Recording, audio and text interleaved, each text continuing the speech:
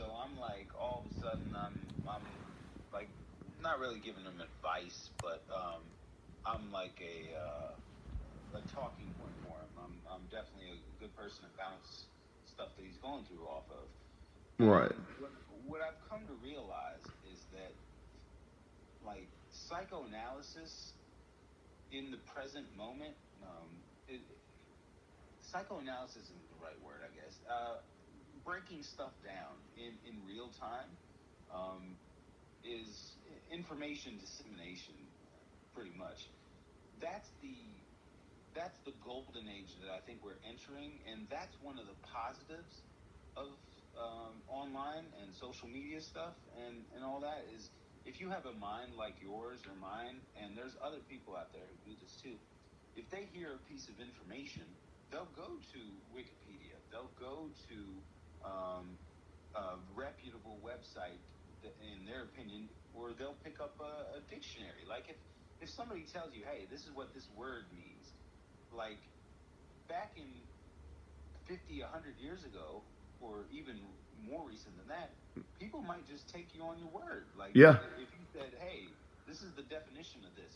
But now I can turn around and I can ask Alexa. I can verify through that. I can verify through my phone. I can pick up a book. There's various means of me like making sure that the information I'm getting from some individual is verifiable. And we haven't always had that. So if people, that's the whole beauty of consciousness, man. If people realize something like that, like how can you deny, or how could you do the opposite? How could you say, hey, I really do prefer being lied to and being told, hey, Right. I like thinking that the Earth is flat. Well, I like thinking that the Holocaust didn't exist. I really enjoy those things. It makes me unique. Like, there's nobody that would say that if the truth of information made its way to them. Right. I had a situation like that with my father when I was young, and we'll listen to the radio station, like going somewhere, and the song "Sitting on the Dock of the Bay" would come on. He'll be like, Oh man, classic, bro. but check this out. You're gonna correct me, but don't correct me just yet. So he'll be like, "Man, that Sam Cooke could really sing that song. I heard this at least about 4 or 5 times, right? Don't Oh correct yeah. me." So I'm like, "Man, Sam Cooke really could sing this song." So one day I was at a casino, and sitting on the dock of the bay came on. And I was like, "Man, Sam Cooke is a really good singer." And I was like, "Sam Cooke didn't sing that song. That's Otis Redding." I'm like, "Nah, man, that's Sam Cooke." And I was like, "Man, let me Google this shit." I seen those Otis Redding Blue Riders too. or whoever it was, But once I seen the correct information, I totally let go. But there's some people who just want to stick with what the fuck they were taught, even if it was wrong. It blows my mind, man. Crazy. And that's why, so, okay, interesting you mentioned that. People want to stick with what they're thought, with what they're taught, and that's it, and they won't let go of it. It's very interesting because obviously you see that in religion, right? Oh yeah, Religious 100%. people are indoctrinated and all that. So, what's interesting though is I wasn't I wasn't raised. This is just a personal anecdote to it all. I was not raised like in a strict religious sense. I knew that my parents, or my mom at least, was somewhat religious, and I knew that my grandparents were very religious. That's the baseline because my grandparents went to church every week, and my mom would go with them every once in a while, and I would Right. come along. I would come along with her every once in a while. So that's three generations, and the intensity. If I'm building like a hierarchy of commitment to the Catholic slash Christian denomination, what I see from a structural aspect is that my grandparents were heavily committed. My mom was somewhat committed, and I was less committed than either of their generations. Right. However, the spiritual element to the whole situation is almost, and this is based on conversations that I've had with my mom and my grandparents as well. The spiritual sort of, man, like the actual spirituality of it all and the places that I can go with it it seems as if it's almost been reversed. And so what that tells me is that the less structure you have to something like religion, the better. Um, Uh, the, or the less intake from a structured, like no. from one source. There you go, from one source. I get that point because I want to say this. Like I was very like shocked that you actually said this the other day when we had our last conversation, but I was super fucking impressed because I was like, because I'd asked you like, why do you believe in that one? Like Jesus walking on water. Jesus, like, we kept using the reference. He went to the store, you know. And why can't Jesus just went to the store? And you're like, I was like walking on water, turning water into wine, doing the bread thing. You was like, do you know those are just like metaphors, right? Yeah, those are But that's they, impressive as fuck to me because a normal Christian I would speak to would never. When we talked about that, they would never see those as metaphors. They'll take it as a literal sense. So yeah, your grandmother, grandparents, whatever like that, may have taken it in a literal sense, and then you're took it to the literal sense. Yes, right. And it was it's a and the thing is the structure got I won't say broken in a negative way, but kind of loosened up, you know, with your mother. 100%. And then it loosened up even more with you to find the truth within Yes, that, you know? yes, But as long as you're taught down one path, you can never really find the truth because you're never allowed to go off that path. But you're allowed to go off that path. You still kept your faith, but yeah. you see more of the truth within it. So I was impressed. I'll tell you that. Yeah, man. I mean, that's like that's such a great way of putting it. You do keep your faith, and it strengthens because you're not getting it from like imagine if you were educated by the same teacher for like everything, every topic. It would get at one point you would literally just be living. You wouldn't be living that person's life, but you would be Basically, indoctrinated. almost Yeah, like a carbon copy. Like yes, you would be indoctrinated to the strict information that that one individual had. And that's another thing that I'm not crazy about public education with is we kind of do that, but it's a little bit more spread out. But we give so much power to one individual to that's why like the AI education in my opinion is very interesting because as I was typing that to you, I'm like asking myself in my head, do I want emotional like do I want people's emotions right. playing a part in education? Like, in some realms it makes sense. Reading Shakespeare or English literature, but in mathematics, I don't necessarily need like the state of the teacher's like affairs at home to come into play. I don't in politics. I definitely don't need it. It'd be interesting to see AI teach a political science class and see how the kids come out of there versus like just a human being. But Right. about religion and all that, it's been so interesting to me to observe it. But here's the great news, Jared. It's phenomenal news. My grandfather passed away, and I spent like the last year of his life with him up in Canada, taking care of him and helping my grandma out. This was like in 2010, 2011. And I saw him essentially um, in like the worst physical sense that he'd been. And he was dying from cancer, from mesothelioma, which he got from working in like a steel mill in the 40s and I see a 50s. lot of lawsuits against that. Yeah, on commercials. Yes, a lot of lawsuits against that, but unfortunately, they weren't in that way. That wave. But nah, he was essentially in the worst place physically, but his faith and the way that he was taught it helped him like keep a smile on his face in Right. his dying days and all that. Right. And so that like it seems like on a personal level there's like this baseline that works for everyone. If it's personal, if it's like an individual thing, it's when you start involving more than one person where it gets very very fascinating because this weird effect. It's hard to explain, but it's like if I have a conversation with just you, for example, about like my faith or what I believe in, I am not like it's. I can say this, and you can believe me or not, but I wouldn't be coming from an influenced like point of view. I would be coming from a point of view that resides strictly on my experience of life, and not. Exactly. Just about speaking to you about atheism. I'm not coming to you trying to influence you to become an atheist. I'm just telling you from my personal experiences. Yes, and what I've noticed is that like every individual will tend to do that, but just like the terminology echo chamber. So as soon as you get more than one or two people involved, and they start bouncing like their ideas on stuff, and they start hearing like support of their ideas, it kind of lets the ego run away with it Oh yes. in many ways.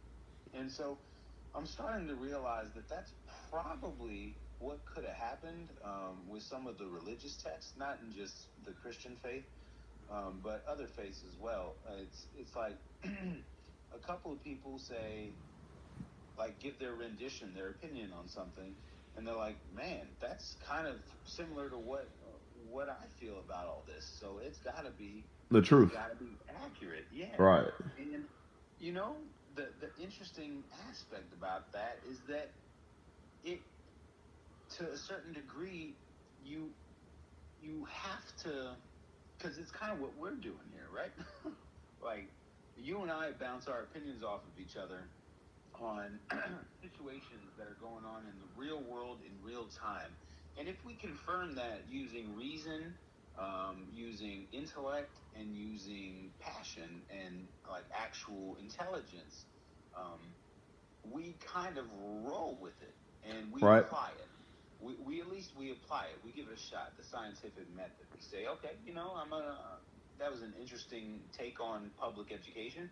Let's see if I dig a little bit, or if I just let life go about, and things happen in the public education. Like you hear about a Ponzi scheme in a week or two, or some college fraud shit. Like that's the universe talking back and saying, yeah, y'all are on the right track. These are things you don't have to necessarily seek out. They're things that pop up and make themselves known to you to confirm a hypothesis that you had. So it's kind of like you're getting rewarded by the science experiment itself, and it's not confirmation bias if it actually confirms something. Right. Right. So that's kind of what we're doing here. I find it difficult to. And this is just me. I find it difficult to not give that same privilege to people who lived in a time that we didn't experience. Oh, totally Like understandable. at So all. It's very difficult. Like I can see now why atheism exists. Like I can see now right. why there would be so many people who didn't believe in that based on their experience of life, because the experience of the last 50 to 75 years on this planet, or even in this country, or worse, other countries, is not very promoting of that.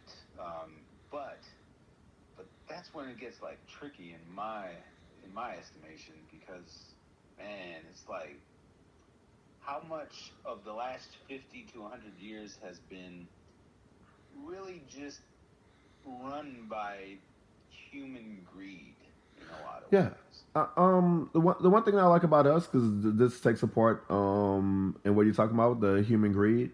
The thing about us is that we understand both sides, but we have a percentage. Like we believe that like the education is like 90% wrong, but there is a 10% good. I mean, not good for us, but good for the people who's purposely doing it. Yeah. Because you'll have somebody who say, "Oh, that's just 100% wrong. That's 100% evil. Nobody benefits from this." But we understand someone benefits from this. Right.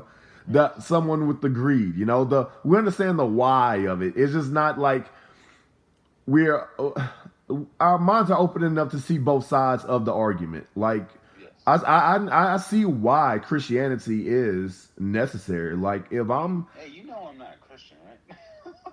Oh, I'm just saying, not you, not just you directly. You know what I'm saying? Like, I understand, like in a God. Let's say like if I have like 8 days to live or something like that, you know, I would take it on the chin. Okay, I have 8 days to live. I'm okay with that. But there's a lot of people who will go through a lot of suffering. But if you believe in a God, then you believe that I'm going to spend eternity in heaven, and it's actually joyous towards you. So it's like it's very beneficial. Like if you lose your job, I hate the word atheist. I like using the word polyatheist because there's multiple gods I don't believe in, not just one. Um, so if you lose your job and you're sitting on your ass and you're like a polyatheist, then it's like, okay, I'm gonna sit back and do what I need to do to get another job. A person who's Christian, some people are not that strong enough to have that logical mind thinking. They just think everything's messed up. But if they say I'm gonna put it in God's hand, it makes them a better person throughout their days. Mm, So I understand it. fascinating. Do you know? Okay, so based on all these conversations that I've had with you over the last 3 years, I feel like I could say this comfortably at this point. Um, and actually, it's it's strangely supported more from the multiplicity sort of comparisons that I've been making in the last month or two. So my faith that there is a God is strengthened by the whole multiplicity angle, because the concept that I have for what God is incorruptible and uncopyable and it's like it's a unique universal law slash force that is a one of, that cannot be duplicated, it cannot be replicated. But all I all I seem to observe is people and establishments and societies, cultures, everything, essentially, everything, top to bottom, are attempting to replicate that force. Yeah, we had a portion of this conversation, if I'm understanding you correctly, because I said, why do you choose to believe in this God? You know, because there's multiple gods before this God came. Yes, So, but they were all spin-off gods. yeah, That like it coincides, in my opinion, it coincides with like the idea of what the Big Bang would have looked like. It's like the beginning of the bang itself is a singularity point. Like right, there's a single point of origin, and then the explosion, and all the stars that you see in the sky are essentially replicas of the first star that there right, was, or the first yeah, body. All the planets that you see are offshoots, they're pieces of the bigger whole that once was. Just like an asteroid, like the pieces it that we breaks see, apart, right, yeah, the pieces that we see of asteroids, when it falls through the atmosphere, you see pieces of it, but we call them meteorites when they hit here because they're no longer the asteroid that was fully intact. right, So all of the things that we run with from top to bottom, the entire spectrum of it all, from atheism to believing that was God himself, all of these versions that we have, they're down to comic books. They're all renditions of the actual singularity. So that, I mean, there's nothing like it's crazy because to me, atheism, and this is, I know this is a broad statement, and plenty of people I'm sure have said this before, but if you're fully on board with like full atheism, and that there's no universal force that could be quote unquote called, and I'm not saying you are, but I know that there are some oh, people you know, there's who levels to are. everything. There's levels in Christianity. There's levels in Exactly. atheism. We're not all the same. Yeah, nah, 100%. Even within atheism, there's multiplicity, Right. and there's like that effect. But like, okay, so this would be like the cheap version, the cheap atheist. The cheap Oh, there's a atheists. lot of them out there. The ones that say, "Oh, you're an Oh idiot for man, believing in God." That's a cheap atheist. Atheism is convenient in many ways, and just as convenient as like walking into a church on Sunday and having a pastor tell you or a preacher tell you whatever you want to hear. It's the same. That's the point. It's like it's a different side of the spectrum. It's the exact opposite, but I, I've read how polarity works. Like I know that that's a given. So if I believe that polarity itself is a law that God put into place, and I see that law like observably and verifiably, then unfortunately for both the like heavily religious and the not religious at all they look like to me is like proof that the spectrum exists. And Oh so yeah, there's that's a proof. spectrum for sure. And so that's proof that my God exists because my God is the spectrum itself. So it's like it gets intricate, bro. You know you It gets know intricate. you know what religion I would dig that I would actually follow a, What's that? a religion that says God caused the Big Bang. He did though. I mean, that's the But point. no, if you like I said, there's a spectrum of Christianity. If you talk to a Christian and you say the Big Bang happened, they will not. You get what I'm That's saying? grandparents. That's my grandparents. I get that. You found a good balance in between.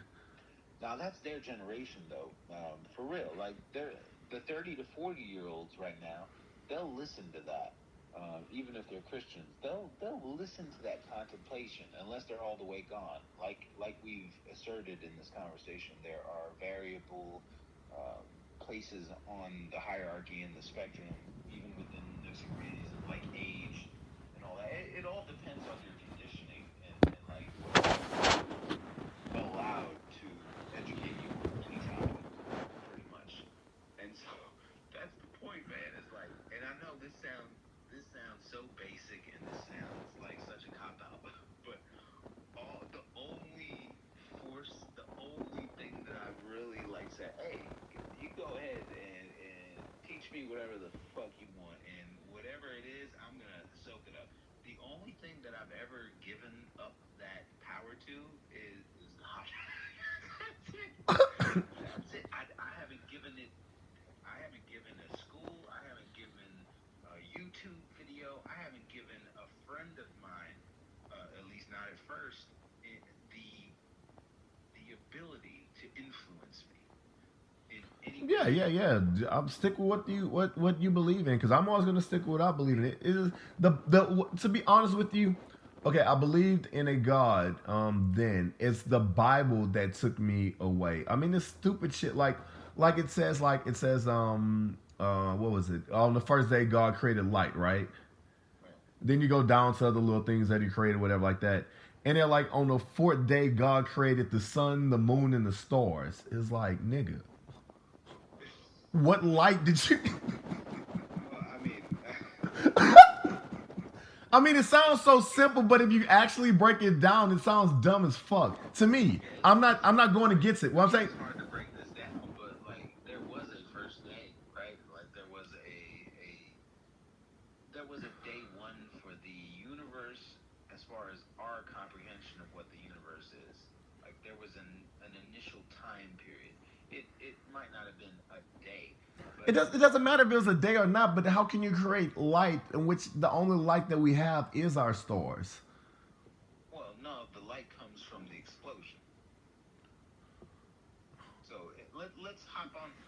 Let's just run with your religion for a little bit. Let's run with the Oh, it's Big not Bang mine. This is my theory. only personal thing. Like there's things in the Bible that just disturbed me.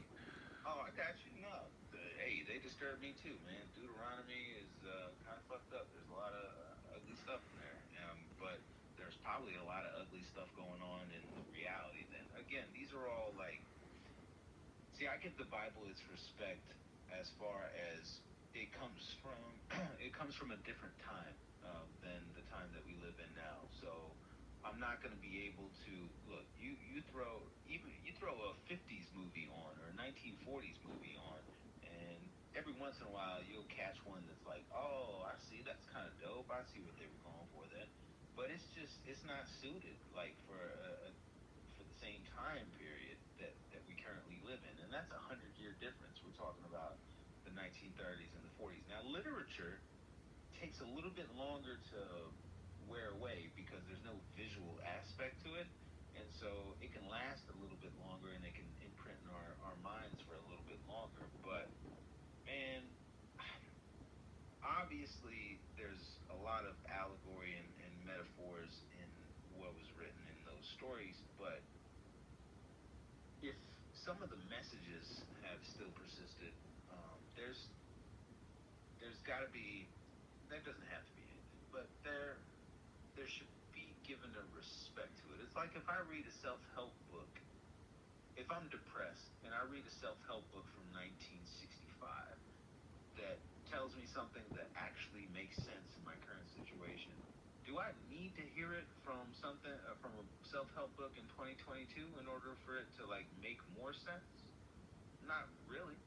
If I hear something from a psychologist in 1965 who was studying the onset depression, even though depression wasn't as well understood as it is now, if he says something that resonates with me and it's 70 years old, I mean, I'm gonna respond to it. But if he says something like, "Oh, women will cause depression in men more often than not," well, actually, I don't know. But if he says something that has been verifiably proven to over the course of time erroneous, but he doesn't know that because he's in 1965.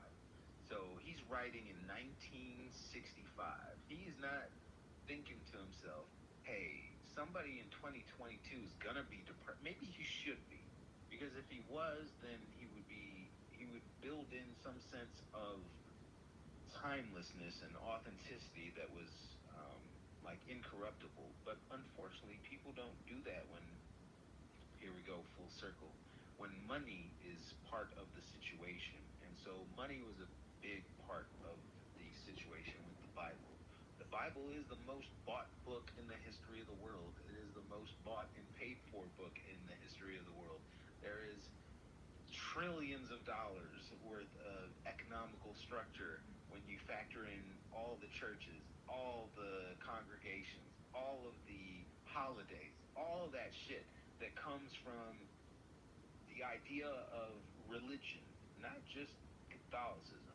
You've got Jewish people, you've got Buddhists, you've got Hindu, you have established like month-long celebrations in China that are all based on religion.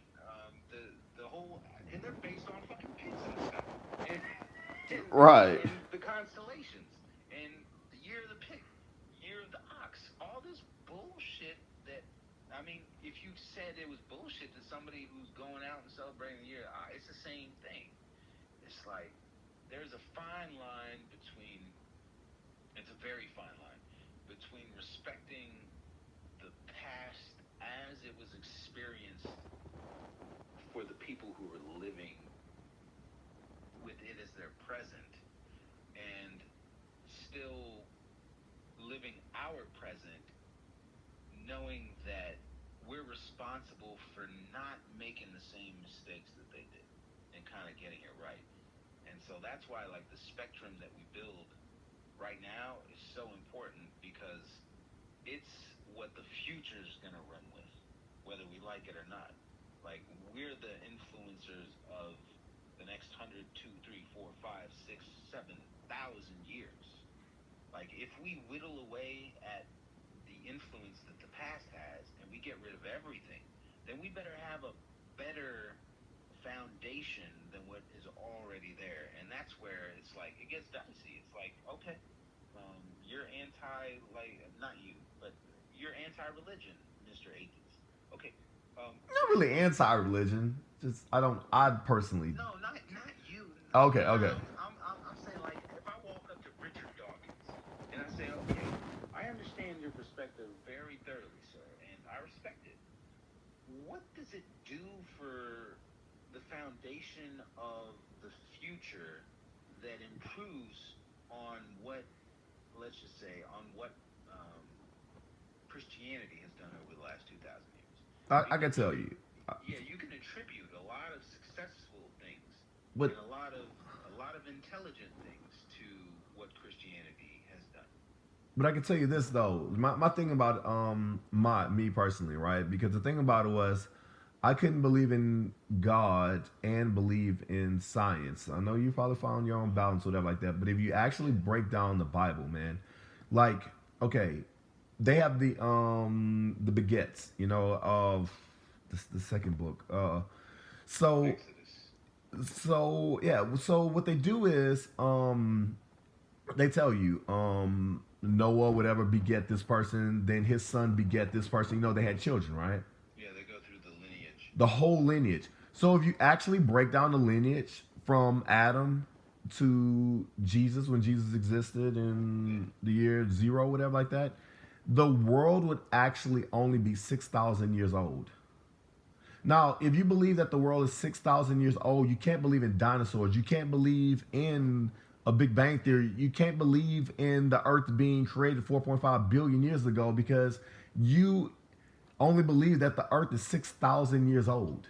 Oh yeah, no, That's very it's very detrimental to someone who wants to believe, who wants to learn more about science and actually oh become. yeah, You get what I'm saying? It's oh it yeah, 100%, 150%.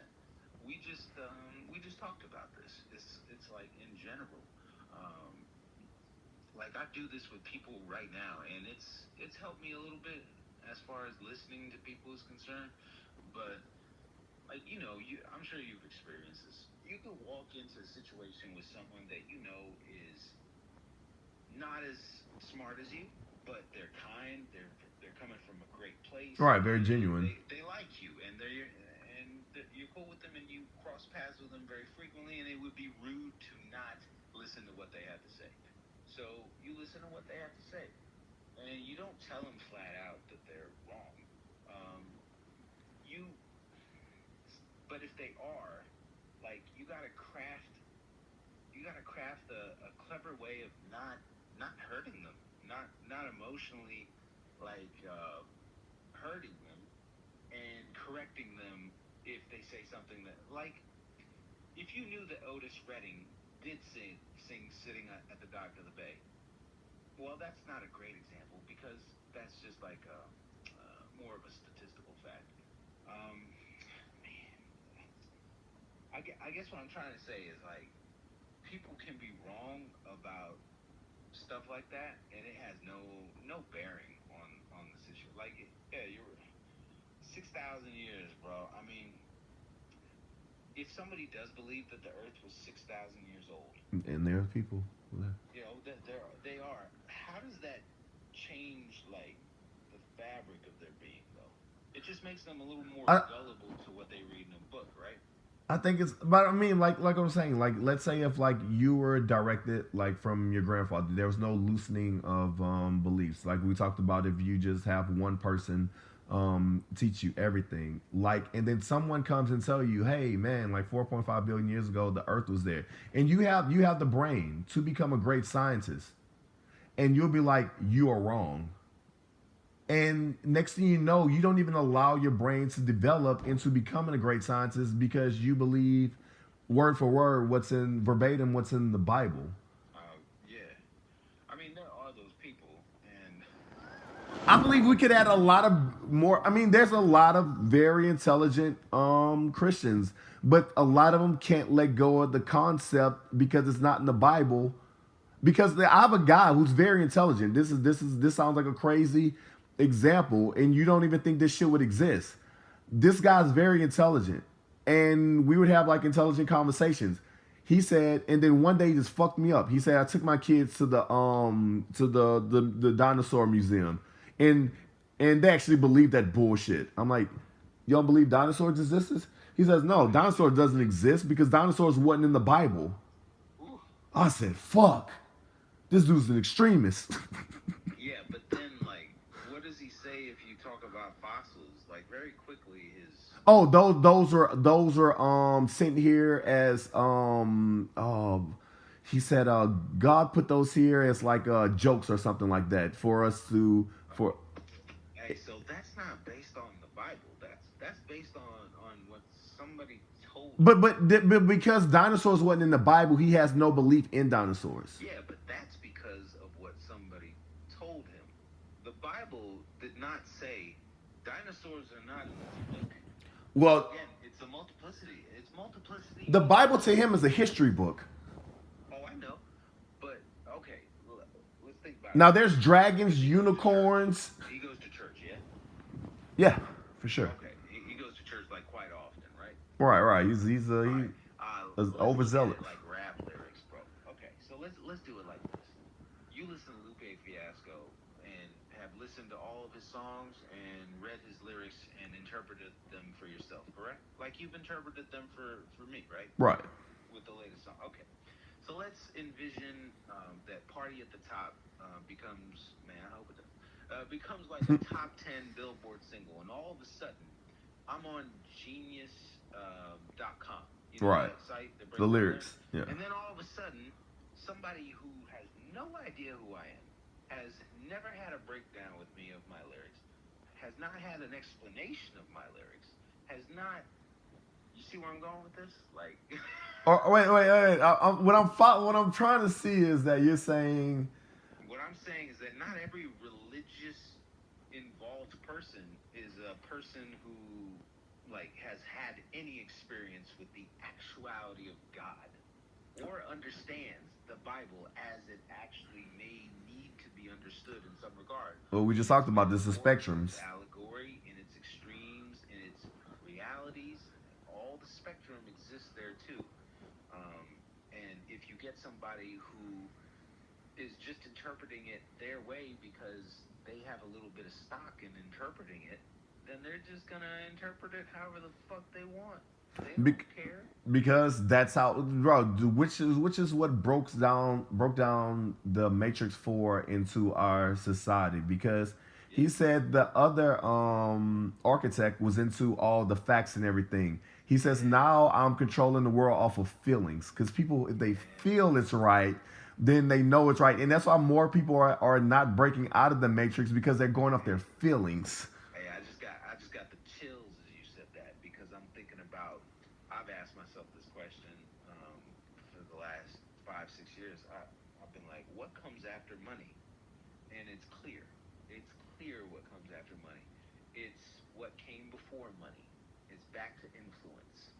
It's back to influence as a currency. And if you look at social media, if you look at the way that the world is trending right now, it's all the way back to influence. But if people don't have actual natural influence, they're just gonna fucking fake it. Just like counterfeit money exists, just like filters on Facebook exist, crypto and altcoins exist. All you're gonna get is this bombardment of people who want influence, don't have the natural ability to influence, and so their resort is counterfeit influence. Which is what widespread. That explains the religious like big boom of different religions, of different variations of all this, is because if you can't get in tune with the reality of the situation, with the real, like the realness of what in my opinion of what God is all about, you're gonna do your best to rep it like you do, so that you can have influence, so that you can have money, because you want people to see it your way. Look, I'm not making any money off of my spiritual influence. I try to keep it as hush hush as I possibly can. Now, right? Does that mean that I think does that mean I'm shy about it? Does that mean I'm like not willing to talk to somebody about it very openly, even if they disagree with it? Hell no. I love that kind of stuff. But I'm not out there like running my own synagogue. I'm not out there writing books on what I believe in, because that gives power to people who want to counterfeit that. And this is why, like, over-explaining stuff and being meticulous, and even the way that I write a rap song, it's like I don't like leaving room for interpretation unless it's someone who knows me. So that's why it's like when I hear your interpretation of my lyrics, I'm like, hey, he's talked to me for 3 or 4 years. He has the um, tenure. He has the capital with me, and it's called social capital. I think when you know somebody for long enough that you sort of develop kinship to where you can share things with them, and it doesn't feel like you have a short end of the stick. It's social capital because I know that if I'm willing to do this as far as like let you interpret something that I've been creatively doing on my own, one day you'll do the same thing. And you did, strangely enough, like 2-3 months ago when you told me your idea about the online what do you call it, the VR thing, and Oh yeah. what you were trying to do, like unconsciously. After you did that, I'm like, oh, okay, like I'm willing to say, here's something I have ownership over, but here you have added and you add to it, and that's something that does not happen in enterprises. Like Right. it's very difficult. You worked in a casino, right? Yeah. For a while. What if you walked into the casino and he said, "Hey, I think we should run the crab tables a little differently." Nigga, who are you? Yeah, I think we should do. I think we should. Oh, really? Because we've been making a lot of money, Jared, and we pay you. Right. For you to say that. It's the same thing with the religious establishments. It's the same thing with educational establishments. But you gotta have, and it doesn't anger me anymore. I have I have pity for places like that because all I see is on the surface I see an inability to grow, and so an inability to like evolve even, and so man, it's almost like inevitable that they fail, and it's like somebody, it's like talking to somebody that you know is in a bad place mentally, and you hear it like over and over in them, and like they talk very negatively about their situation or who they are. They're like, nobody likes me. This is going like somebody who's just negatively inclined, not necessarily depressed, because I understand that's like a mental, it's a brain situation, a chemical situation, but somebody who's just cynical all the time, like negative, negative, negative, and you kind of know that if that continues, it's just going to get worse and worse and worse. And so you try to interfere because you're their friend or you're their family member, and your interference in a positive light is met with their negativity. That's how I feel about society right now, and that's how I feel about like the bigger picture. It's like there are people out there who have good ideas for how we turn schools around. There are people who have good ideas for how we turn religious institutions around. There's people who have good ideas for how we turn mental health around. And all I see people online saying, and the people who are running these institutions saying, is there we need more ideas. Nobody has any like any ideas. And the little guys are always ready to contribute ideas, but it just they aren't heard these days. Right.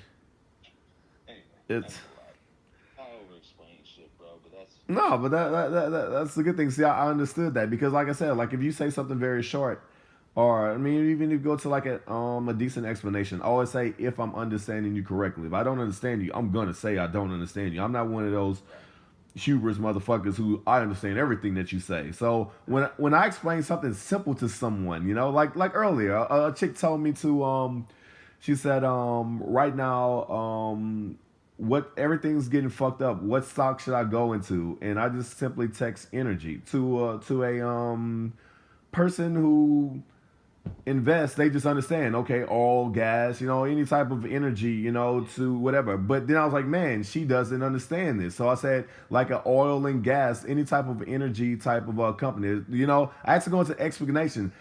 She probably was sitting there like, my personal energy, you know how many type of energies they have? You know what I'm saying? Right. So It's a lot of energy. I know there's a lot of people who wouldn't understand that. So I go into an over explanation. So I totally understand where you come from. Yeah. Yeah, and you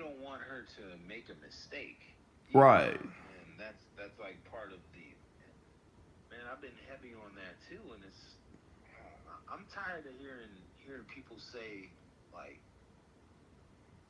that you got to fail on your own, or you got to the old like you got to touch the stove to find out that it's hot and all that, and until you do it, until you get burned by the stove, like you won't think that. Anyway, there's this old adage of like you don't know how hot it is until you actually like run into a burning house or Right. whatever. I'm mixing a bunch of idioms up. I'm gonna try to keep it simple. Probably like, yeah, it's 12 o'clock. God dang, I said 10 minutes, man. um, so when I hear people, man, this gets dicey because on the surface level, the word that comes to mind here is opinion. Um, when I hear people give opinions that I know are factually inaccurate, and they say, "Well, I mean that's my opinion, and I'm allowed to have an opinion." I, that's structurally speaking, that is accurate. That person is allowed to have a free-formed opinion on a topic. However, like the gentleman earlier who said that dinosaurs were not real, I'm starting to really wonder if incorrect opinions, especially if they're recycled, right? Or especially if they're like even worse renditions of the multiplicity chain with like bad opinions. So let's just say 2 plus 2 equals 5 is multiplicity number one of Michael Keaton. And the original Michael Keaton is 2 plus 2 is 4. And then all of a sudden you get the clone and it's a little off. It's a little deviation. So it's 2 plus 2 equals 5. But the further you go down, it's like 2 plus 2 equals 160. Right. It gets extreme. Yeah, and so when you instead of math, if you use an opinion, so it's like dinosaurs aren't real. Okay, like that's something that is a little brash and a little drastic, but you know it's all right. You're still a cool person. You're fun to talk to. You understand. You're smart. You're intellectual. You just got this one little like hiccup. So you're not Michael Keaton number one. You're Michael Keaton number two because you're a little off on the dinosaur assessment, sir. Right. But then you get somebody who says dinosaurs aren't real, man. Oh, the Holocaust didn't happen. Right. Then you're like, okay, you're a little more fucked up. Then you get people who are like, the world is a terrible place. Black people are the reason. Donald Trump is the greatest president of all time. Dinosaurs aren't real. The earth is flat. The Holocaust didn't happen. And it just piles up and up and up and up. So, in a weird way, the word freedom has been hijacked to sort of be superimposed over our metaphysical lives and our conscious states. I don't know that conscious freedom is a thing. Like, I don't know that, because that's a weird thing about consciousness, right? Enlightenment, for example, is synonymous with consciousness. And so, if I'm being enlightened to something, it's something that is a reality. It's something that is a foundational, like, fact that was there before me. Like, I can't enlighten myself to something that I discovered. That's a discovery. Right. If I discover something, I stake claim to it, and somebody else becomes enlightened to my discovering of that thing. But if I become enlightened, if I become conscious of something, it's something that was already there. And so I don't know that people can say freedom, um, open-mindedness, or any of those like ballpark words are applicable to what they do when they go on these tangents of incorrectness and they mask it, they guise it as like freedom. And and this is where I get in trouble, bro. Like, if I say like shit like that should not be allowed, period, or there should be some sort of curbing of misinformation, like at the root. Like, we should not allow somebody who believes that dinosaurs did not exist to ever speak on dinosaurs again. Like, there should be some sort of like neurological shift that we can access that makes it to where that person no longer opens their mouth and says the word dinosaur. Right. Because if they do, all they're doing is creating chaos. They're creating more disorder. Right, right. Via opinions and via interpretations. And look at how we got here. Like, the fucking... Okay, I'm an eternal optimist, but it's a pretty chaotic world when it comes to information and data and, like, opinions. It's pretty wild. Like, you have to disseminate so much, and you have to be diligent and vigilant in doing it to have any semblance of control and sovereignty over your own state of affairs. So, I mean, if that's the end goal for people, then yeah, it takes on like a very Hitler style of way of going about it, not in the physical sense, in the mental sense, in the sense of like, yeah, if okay, follow me here for a minute. So Hitler was like Aryan race, supreme race, right? Right. And everything else gets extinguished. Yeah. So in this like version, what I'm suggesting is consciousness, truth, love, unity, sense, reason, nothing else. Like, nothing else exists. Like, why do you need incorrectness? What's the point of incorrectness? If you already have the spectrum, if you already know that somebody who doesn't believe in dinosaurs is on one end of the spectrum, and somebody who does believe in dinosaurs is on the other end of the spectrum, there's no other variable. Like, there is a dumber version of the multiplicity effect that says that dinosaurs didn't exist because, the Earth is only 6,000 years old. But all that extra stuff is like irrelevant. All you need is the baseline to work with to establish the actual like spectrum. And so you have enough there, data-wise, to maybe even plug in the algorithm and say, hey, in the year 2030, if you say dinosaurs aren't real, you're getting a 5 fucking year sentence in maximum prison for being a fucking Looney Tune. Like, I don't... there should be laws against having incorrect opinions on things that can factually be irrefutable. You know, it'd be dope in that situation from a digital point of view.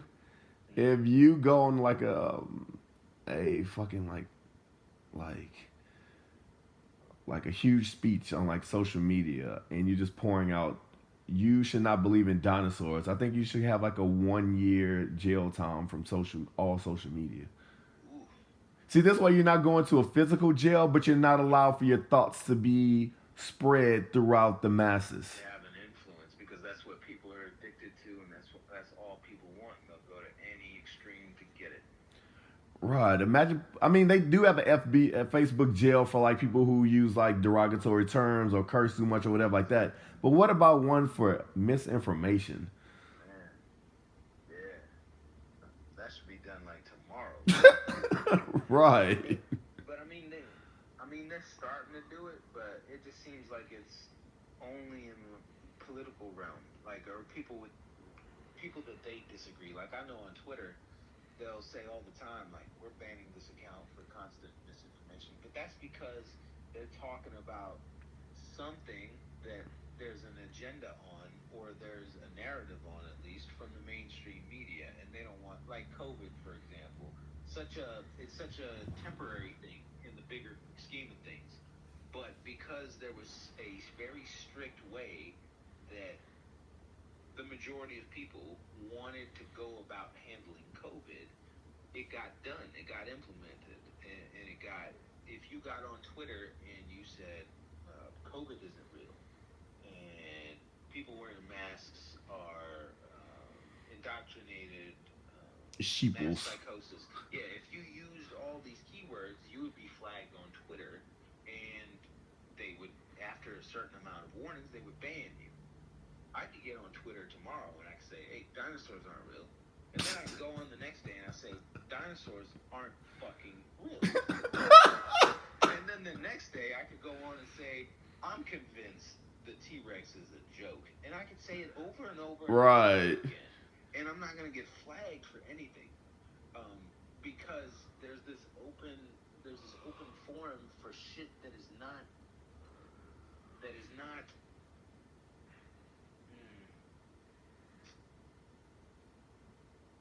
Can't even think of what I'm trying to say. It's like when it comes to the masses, they're like kids, man. They're like preschoolers. They're still learning what consciousness is even all about. So they're in the fucking whirlwind of trash right now. Right. And it almost has to keep being that way in order for them, in order to see like what the ultimate negative result of misinformation is, and then you get the wake up calls. It's so weird, man. I know it's crazy. It's Definitely. crazy. I wish there was a more positive way to like Thanos snap, like ignorance in general. Like I wish you could Thanos snap parts of the brain as far as functionality is concerned, but I can't do it. Nah. Not yet. Yeah. Crazy, man. Just have to deal with what we have, man. That's such a cliche ass thing, too, bro. Do we really? We don't have to, though. Uh, The world is an open canvas, man. We can, the power of the subconscious mind and manifestation and all that.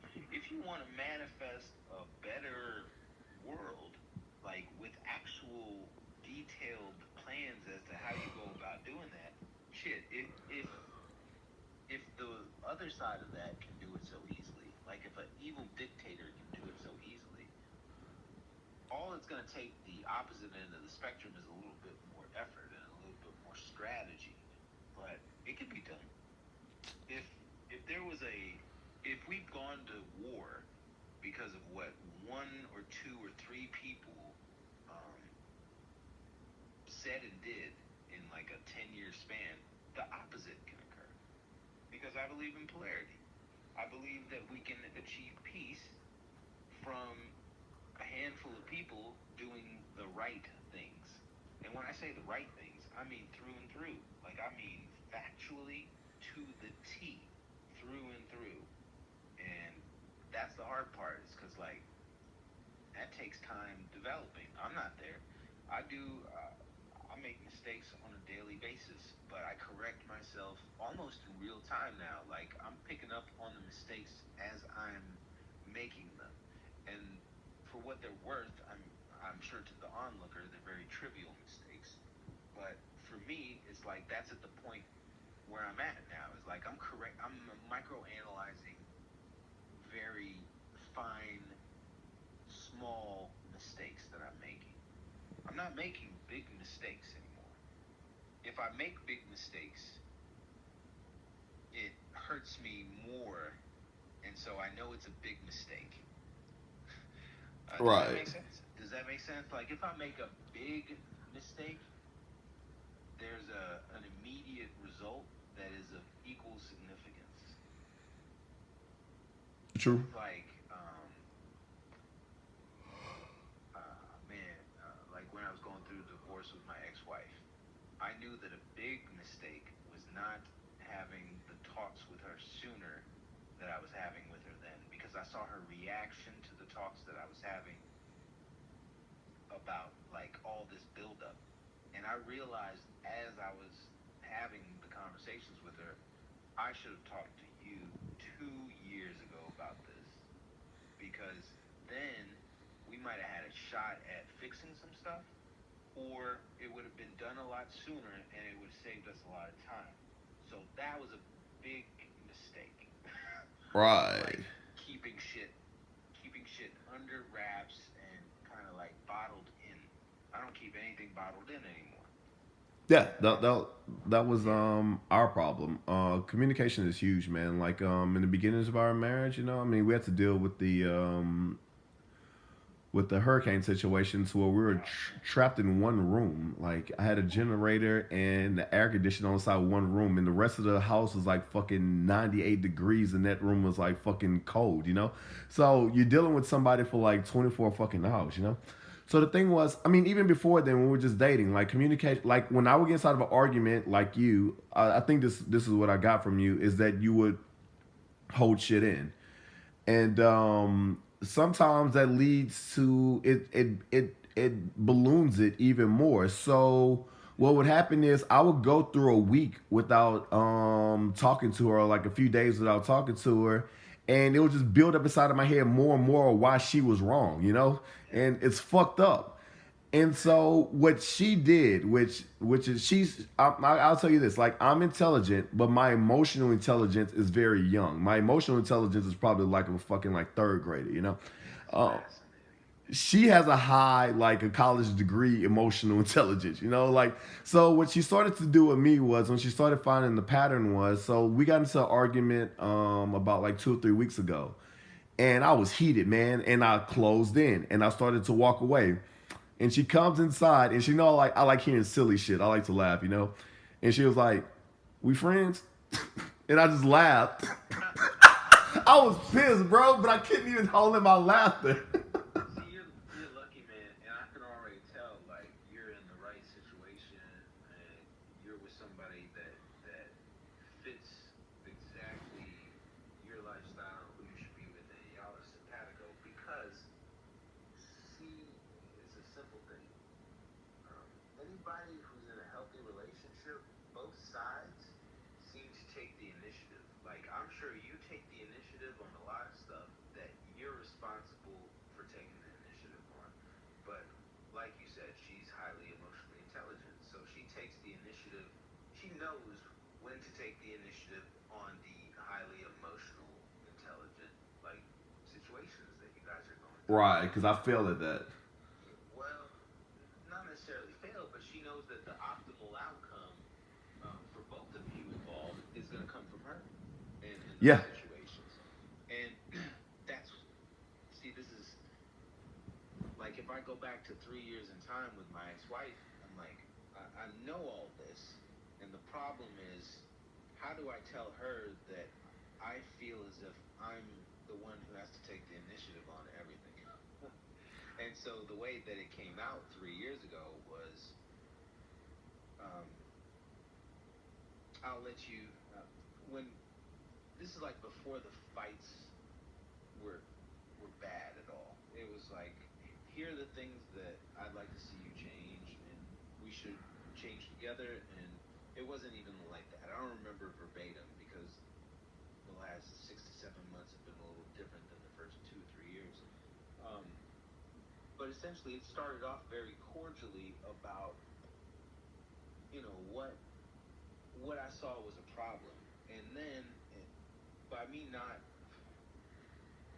and nah, I don't want to see, I don't want to even like, I don't want to criticize other people anymore, man. But essentially, when you don't see anybody, when you see someone not making progress, you see, when I talk about my wife, I'm not even clear. I'm not as concise. I'm not as clear because the shit doesn't make much sense to me. Right. The female psyche, in some regards, bro, does not make sense to me because all the things that I thought marriage was supposed to be about, like that whole teamwork thing, that whole unity thing, and that whole building something better together, the person that I experienced it with didn't share those same like ideas, at least not on the level of which I thought it was all about. So if I saw her, doing something that was unhealthy, I would address it right then and there. I would try to be as transparent about it as possible. Say, you're spending too much time on your phone. Or, like, why are you always on social media? You're looking at Instagram all the time or TikTok. Like, let's just watch this movie. She's the type to do it when we're watching a movie and stuff like that. So I would address it. Yeah, that bothers me as well when it happens. I get it. I get you. And so I would try to correct the behavior, and then for 2 or 3 weeks, the behavior was corrected. Like, I'm like, hey, this is great. She's showing progress, but it would always fall back. And then when I would address the falling back is when I'm getting even more trouble. Right, right. Because then all of a sudden it's like, oh, you're doing anyway. It turned into like you're doing a man thing, or you're trying to Yeah. dominate me, or you're trying to change who I am as a person. I'm like, no, I'm observing you changing in front of my eyes who I fell in love with, and the person that I married and the person that I met. I see you changing, and I'm trying into somebody that I'm falling out of love with, Right. and I'm trying to prevent that from continuing. Um, and those are the things that I wish I could have said 2 or 3 years ago, but it didn't happen that way. Yeah, I guess it wasn't meant to happen that way, and I just fell out of love with the person that she became, while trying to change that, while trying to prevent that from happening. All right. I have a good Couldn't stop it. I couldn't stop it, bro. There's a lot of shit I can't stop. I couldn't stop it. I have a good example for this because I have to understand. One thing I do before I say this, one thing I really appreciate you doing is you never once, well, not that I remember, said like she's an idiot or she's dumb. Like you just say I don't understand. Like a lot of people when they don't like somebody, they immediately just attack them for no fucking reason. It's like you just said I don't understand the female psyche. It's weird, But I do appreciate that you never said anything negative Oh, I about. did to her. Oh, to her, yeah. I'm talking about to me. Oh yeah, nah, that's a big thing for me. I cannot. I find it very difficult. It's because I hear it so much, man. It's like smoking cigarettes or doing drugs or drinking alcohol. I've done so many bad things in my life that, or unhealthy things that once I'm removed from them and I observe other people doing them, I'm like, ugh, that's really like nasty that I was even involved in that. Things that I'll say in my head, like, I can't believe I smoked for 4 or 5 years, man. Right. When I'm around a smoker, it disgusts me. It's the same thing with like talking about other people when they're not present, or in like conversations that they aren't privy to. It's like I've heard so many people talk shit about other people in detail to me, like openly, and I'm like, I psychoanalyze that. I'm like, man, this is just like one side of the story. Right. I would need to hear both. Are you asking me to pick sides or something like that? And I never want that out of people that I'm having a conversation with. I kind of want them to have as close to an accurate representation, unbiasedly, of the situation, so that their Right. their feedback on it all and their understanding of it is as close to the truth of how it all went down as it could possibly go. Which is why, like, I'm sure I say things to people that paints me as like the reason for why some of the things fell apart. Like, yeah, I didn't approach any of like the major talking points with any sort of compassion for the situation when it comes to when it comes to man, I had compassion, but I didn't do it. I didn't do it craftily, I didn't do it like methodically. I know that sounds terrible, but I should have thought about my approach. I was very raw with it. Uh, I treated my wife like conversationally, like I treat you. Like, we have a conversation that's very raw. It's very raw. It's very open. But she is the emotionally intelligent okay. in the relationship. So it would be like your wife all of a sudden like taking it up sure there would be parts of it where you're like, oh man, like that's a little too much. Like don't like chill on that. Like if she had a bunch of raw things to say, it would maybe be a little too much based on her like forte being emotional intelligence. And so I didn't pick up on that. I thought that my wife was there with me when it came to that shit. She wasn't though. She was not. But all right, this is what I want to get because I'm gonna tell you a quote, and because I feel like it's exactly relating to what you're saying. Because I have to ask like a question from before marriage was. And I'm not saying you're wrong or not, whatever like that. I'm just trying to have an understanding and see if this quote applies. So like, was she doing like the social media on movies before? Yes. Okay, all right. So okay, this might fit the quote. Okay, so the quote was it says I don't know if you're into Osho. He's like what doesn't fucking Yes. matter. Okay. A couple of his books. He said if you love a flower, don't pick it up because if you pick it up, it dies and ceases to be what you love. And if you love a flower, let it be. Do you get? I feel. To me, this is from my point of view, and I have no clue about the internals or what happens inside the house. I feel like you're picking the flower from the like. You're not letting the person that you fell in love with was the flower that was in the dirt, and then you're trying to change it by picking it up. Okay. Well, let me ask you something, man. Let me. Not an argument, just Oh no no no. observation. If Osho read me that quote himself, I would say, all right, Osho, I get it. What happens to a flower if you leave it in the ground after about 10 days and you don't water? Yeah, that is changing it. Like let's just keep it a buck, Osho. Like the flower dies eventually, regardless of what you try to do. It'll just whittle away. So if you is there a way? It's I'm not saying it's a bad quote. I'm just saying like I'm not flowers. saying I live by the quote. It's just that a quote that I've heard. It no, it makes sense. It makes sense. It's just let's just say this flower. But if that flower lived before you existed, though, that you didn't need to water it. It did live Before you came before I into its existence. into the field and discovered that flower. Yes, it was blooming, and then it bloomed even more. It got extra sunlight and extra watering, and then as soon as there was a We're speaking in metaphor. I get yeah, you. we're speaking metaphorically. As soon as an ant or a bug came around the flower and would start like nibbling at it, or as soon as the seasons changed a little bit,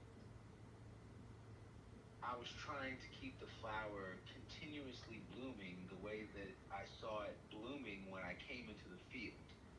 And the flower was okay with all of the things that were uh, bringing it down. And that didn't make any sense to me. It didn't make sense to me, but like metaphorically it makes sense because it's all natural.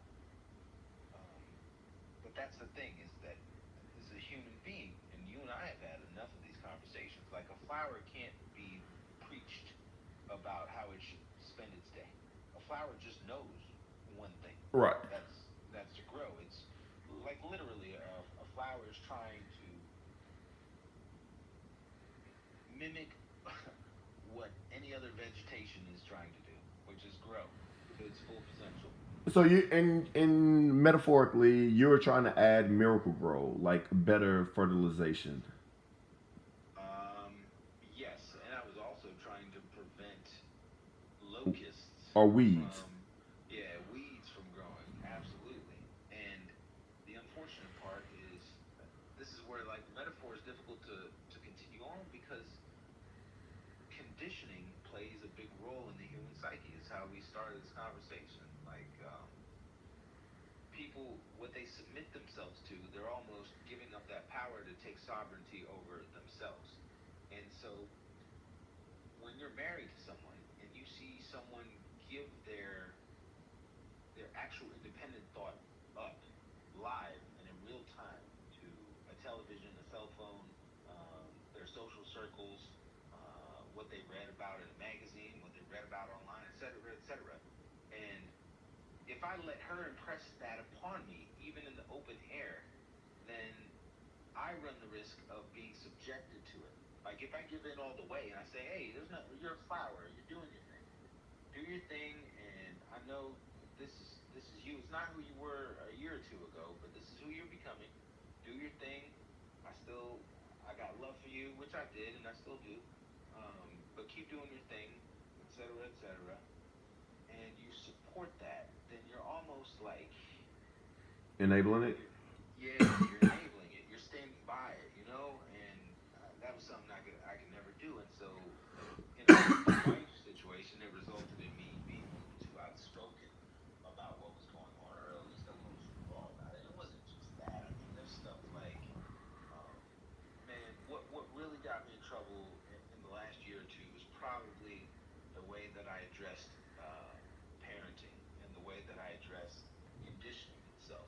Like the types of conversations you and I have about social conditioning, I would have with her, but I would have with her as it pertains to our child, Okay. because I understood at an early age, um, or early age into fatherhood, that the things we were doing are directly influencing our child. So the way that we talk Okay, I get that. directly influence our child. It's no longer just a flower. You have an extra flower Yeah, that's being exactly. influenced as well. You got another flower, and if one flower is not necessarily growing anymore, or not necessarily even wanting to be watered on a daily basis, then the other flower is going to say, "I don't need watering either. I don't need. Right. I don't need Miracle Grow. I'm fine. I'm fine." And Right. that Look how big this flower is. I could become that big too without that stuff. Yeah, and when it comes to moms and their children, bro, like I don't care.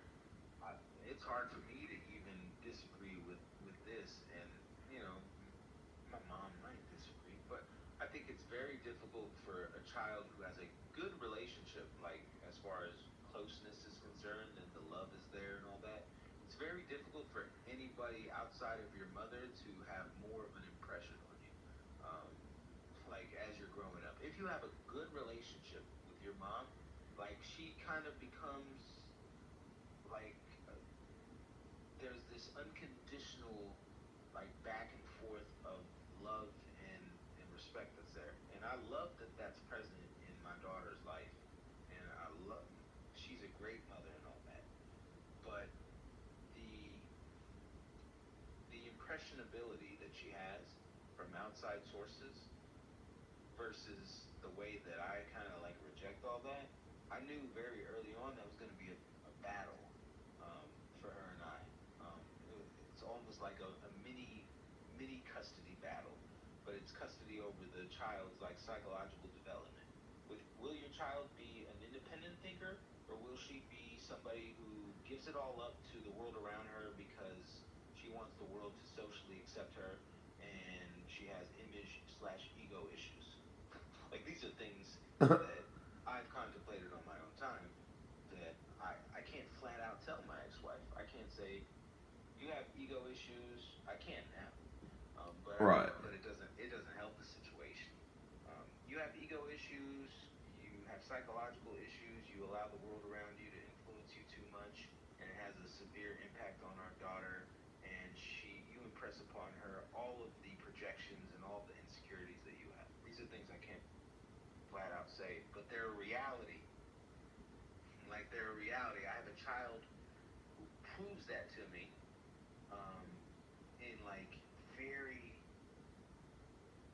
very like I don't want this to get like dark or anything, but in very like help me kind of ways, in very like very transparent verbal cues saying like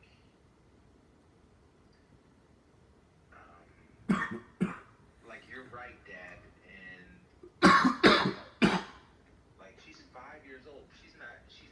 messed up in any way, shape, or form. But she confirms to me that if I allow the behavior to continue, she'll be messed up. Okay, that's it. So she like tells me in real time what her behavior is going to look like in 5, 10, 15 years if it continues. Very Right. simple. Like kids throw tantrums, right? If you don't discipline them or come up with a system to where the tantrums like are discussed or at least worked on, then the tantrums continue and they become grown-up snobby adults who throw tantrums when they don't get something. It's very simple. It's a simple formula. Yeah. And so when you're willing to tackle that, bro, and you have somebody who's not willing to tackle that at the same time, it gets very, very choppy, fucking dicey in your relationship. Anyway, that's that. Thanks for being my therapist and psychologist for the last 20 minutes of this. No. I get it because it's the future of a child. You know, It's fucking crazy. it's sometimes you really have to know that things are bigger than you. With that's not just pertaining towards a child, just in life in general, man. Yeah, I know. Yeah, the thing that's been keeping me like in a good place when it comes to like the whole child aspect and like the silver lining in it all because 50-50 custody and me not being around now I'm like I'm not stressing and I'm not cynical about it but I'm like even the first week that my ex-wife moved out of here and lived on her she lives with a friend now and lives in an apartment and there's kids there there's a 9-year-old and a 16-year-old and there's another woman her girlfriend that she moved in with temporarily and they're looking into a house but anyways the 4 hours that my daughter spent with her today my daughter comes back into the house and she's just a completely different kid for about 15 to for the first 15 to 20 minutes. Essentially, um, my daughter is talking like her mother to me. She's just talking like her. Like she has the same attitude. If I ask her to do something, or if I ask her a polite question, or I ask her what she wants to eat, her response will be short, it will be curt, and it will be abrasive towards daddy because of the way that she's observed her mom responds to me when I ask questions like that. Right. It's short, curt, and it's avoiding stuff. Now, the thing that I have on my side is I believe in positive influence dominating over negative influence. But I believe that positive influence has to be assertive. Just like we were talking about the Hitler reverse Hitler situation. Like if Hitler can do it, the opposite of the Hitler mentality can do it as well. Right. I'm not calling my ex-wife Hitler. I mean, she But she's pretty close. No, I'm just fucking with you. that's a little comedy bit right there.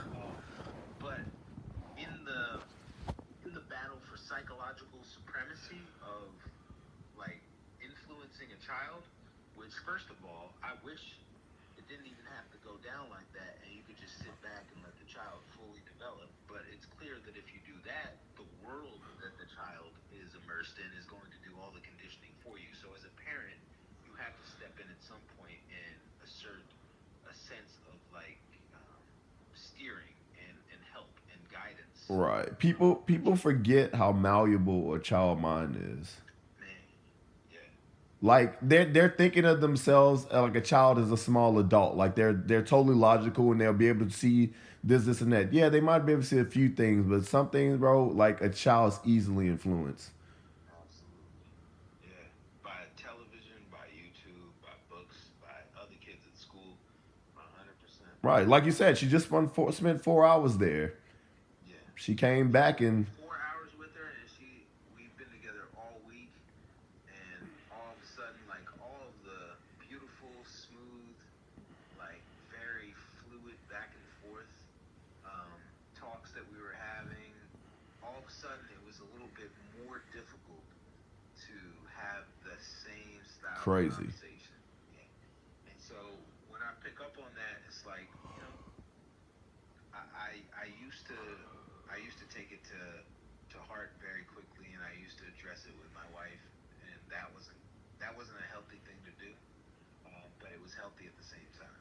Like, if I hadn't done it, I would still be in the same boat, and the same sort of behavior would be happening Right. now. But the beautiful silver lining in all this is that I don't know. It's like Schrodinger's box. I don't know if my daughter is like me when she's around her. That's funny. Like, He's I Schrodinger. don't know. I don't have a nanny cam or anything like that. Right.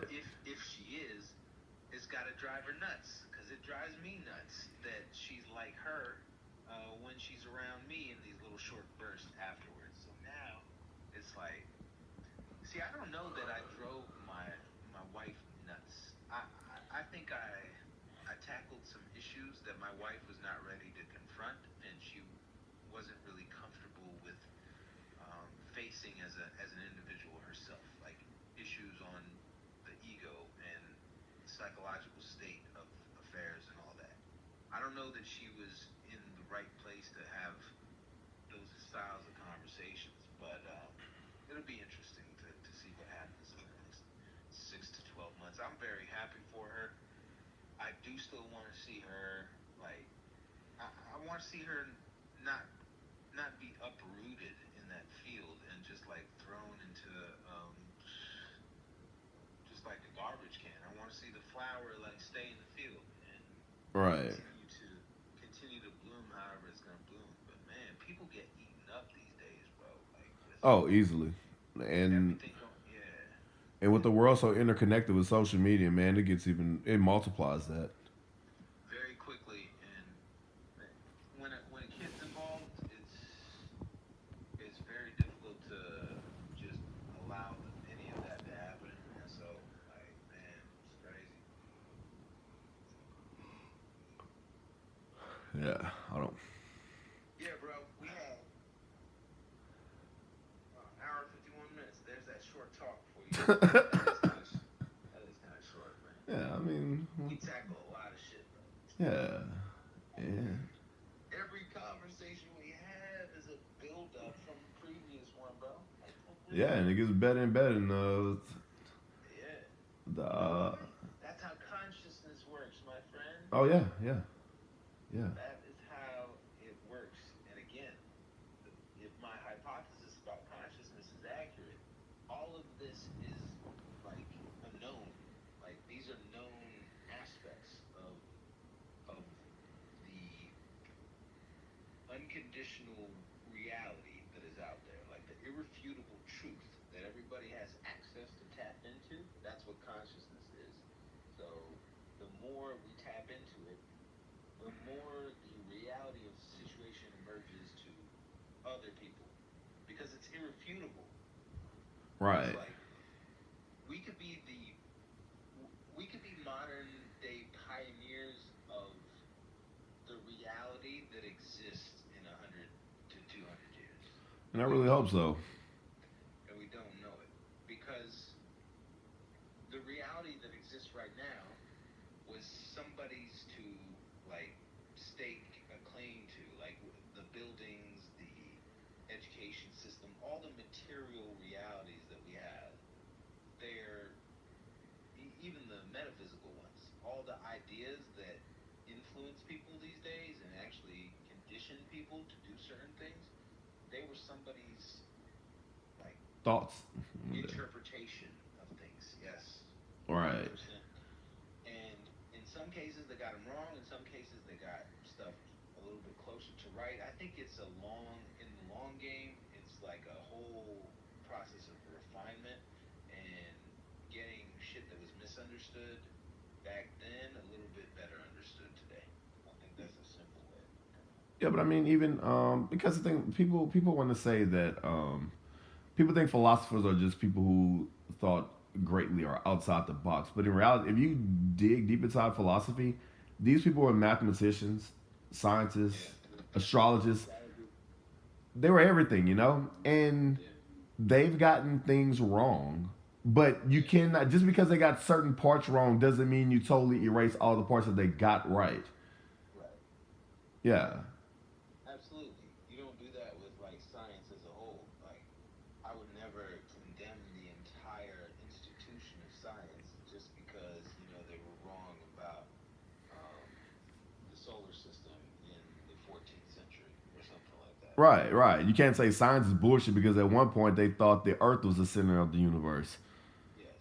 As long as science doesn't play the religious game and they kind of do that in some regards today, but we'll save that for another conversation because like you take the whole COVID thing for example, like 3 years, and I get it.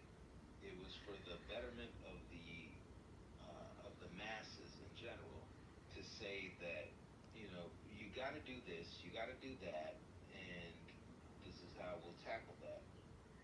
They could, I mean, that's very accurate, and yes, they could have been spot on with the fact that vaccinations were necessary, but somewhere along the way, like if the data proves otherwise, and you don't all of a sudden you don't like side with the data and you're still on the narrative slash angle side because politics are involved and mainstream media is involved, Right. then all of a sudden it's like, what are we really talking about? Because if you let the shit show keep going to where the media and politics run science, then we end up with 7, 8, 9 vaccination booster shots, and Right. COVID is still a big thing. And the reality is something that the media wasn't telling you 2 or 3 months ago is that the variations and the variants that were coming out were being lessened and weakened because of the amount of time that COVID had been spending out there and the fact that the human body and the immune system, via vaccination and other means, natural immunity and natural processing of the virus, that when people actually got it, all that mixed in, it was slowly weakening the virus to the point where even if you got it, the experience of it was lessened because odds are we'd experienced a worse version of it, a worse variant of it. It's like negative influence. If you've seen Hitler in a lifetime, there's not a lot of shit that can get much worse than experiencing that. So if you were 75 years old and you lived through World War II, the Korean War probably wasn't as bad. Right. Vietnam probably wasn't as bad. The immune system works very similarly to that, in my estimation. So it just got a little funky when you involve mainstream media and politics. But whatever. Yeah, and money. Yeah, anything money is involved with, which is like, how do you do anything without money these days? Yeah. It's crazy, man. I mean, influence would be a good way out if it wasn't abused and if it wasn't counterfeited by people. Like, if you could only be influenced by the shit that you should be influenced by, that'd be kind of cool. Right. Like, that'd be kind of dope. But what people think I mean, the freedom to be influenced by what you choose to be influenced by is a freedom, right? It's, Like, yeah, freedom at the exists. end of the day. Yeah, it exists, but I also have the freedom to say that what's influencing you is as far away from the truth as the truth can possibly be. Like, if you're influenced by somebody who gets on YouTube and talks about flat Earth theory, then I mean, I'm willing to entertain it, even for them. I mean, Kyrie Irving is, in my opinion, I like Kyrie Irving. He's okay. He's got some interesting points, but then when he starts talking about flat Earth theory, you can tell like he's watched a handful of YouTube videos and that's it. Right. Right. Like, he doesn't go much deeper than that. But yeah, bro. I mean, hey, anytime you want to talk about whatever the hell we're gonna talk about next, well, I have no clue, but. Whew. Oh, hey, I forgot. Last thing. Uh, at the start of this conversation, I wanted to run a hypothesis by you, and it just dawned on me what the hypothesis was. All right, because we were talking about cults before, Right. We got into the school combo and all that. So on the topic of cults, you know how secret societies operate, right? Yeah, I mean, I read a book on it. Yeah. So secret societies kind of like they don't want to be labeled as cults, so they keep things very private and they try to um, they try to run the bigger picture through very private conversations amongst members of that secret society. So I had this crazy theory that in the bigger, grander universe out there, let's just say that there's much higher species of consciousness. Okay. And let's just say there's much bigger things at play than what we experience on this planet. That's to say, like the war in Russia and Ukraine, for example. Let's just say there's something that's a million times bigger of a deal happening, and not necessarily a war, like as we understand war. But let's just say there's a giant conflict Okay. If happening I in was to Far put this East. into thoughts, of, I'm trying to think what you're saying. So instead of a country being attacked, a planet is being attacked. Yeah, but not really. Because that's like a Let's just million say times worse in the let's country. let's just say uh, maybe a perspective of consciousness is being attacked, or something like that, or there's some sort of like the way that I was describing the back and forth me and my wife have for like sovereignty over my 5 year old's like state of mind and well being, like the back and forth that we have. Let's just say that that's happening across the universe. That like there's a big tug of war for right and wrong, or truth versus fiction, or that there's a bigger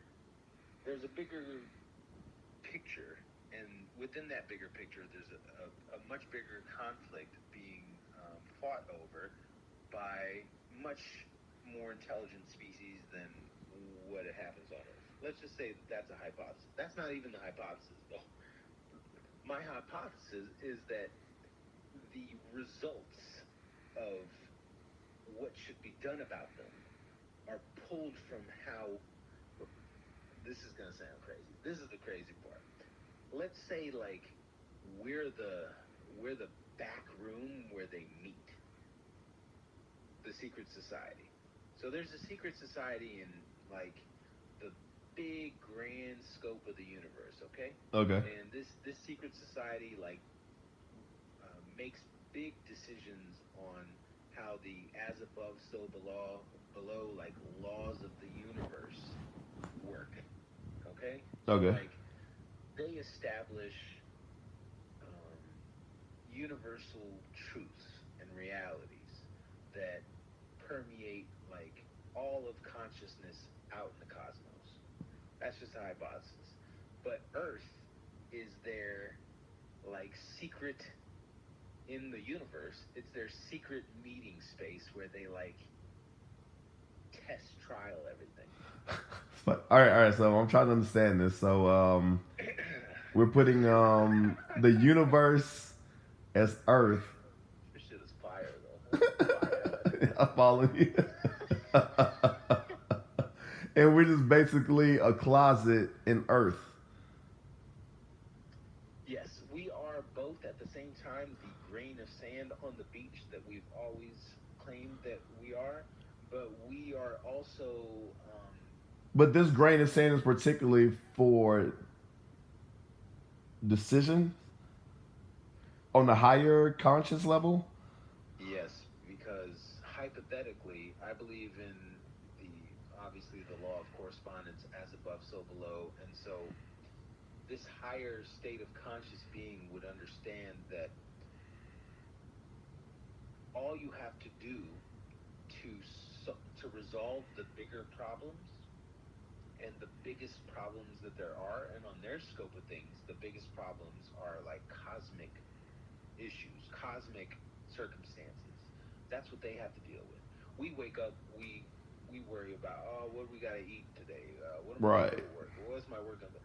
Our trivialities are so minute compared to the grand scale of decisions that are being made, if they are being made by this higher consciousness. Right. But if we're making them, my friend, and you believe in as above, so below, then you almost have to assume that there are bigger decisions being made, because you see it here replicated on Earth, right? Like people in local governments, they make decisions for their cities, but there's bigger Right. decisions at the state level, and On the there's bigger microcosm. decisions on a federal level, and then there's big decisions on the world levels. So if you keep going up, there's huge decisions on the cosmic level. But the beings that are in charge of those situations, they're they have the perspective of the whole thing, right? So they can see how we handle things, and they can see through like the realms of time, like interstellar style, to where, oh hey, look at how they um, look at how they handled this. So if they want to get it right, I guess what I'm saying is, if they really want to get it right, like a crash test dummy, uh, Right. if we put cars on the road and we don't want anybody to die, period, because that's the goal of putting a car out on the road, then you got to crash cars, but you put crash test dummies in the cars to see how the car like crunches or hits a wall in a different way. And all I'm suggesting is, with ideas and thoughts, we might be like the prime experimenters. I can get it. What do you think of that? Basically, I mean, I already see it sort of like this. Like I feel like Earth. Okay, this is very. It's not far fetched, but it's kind of far fetched. Earth is a Remember, I simulation. told you I'm hoping you say something far fetched. But honestly, Earth can be an actual simulation, and instead of having to have a distant planet to see what would happen and happen to observe there, a higher conscience could create a simulation within their own computer and see how it runs there. Yeah. I mean, So that works, but what do you attribute all of the dummies on this planet to? Why would a designer of a simulation need, if you're trying to come up, let's just say your simulation is trying to come up with the optimal outcome, because technically that's what a programmer is doing here on Earth when they program like something to simulate an environment, or when they put code in to like get an end result. They're trying to program optimal code to get the result that they want.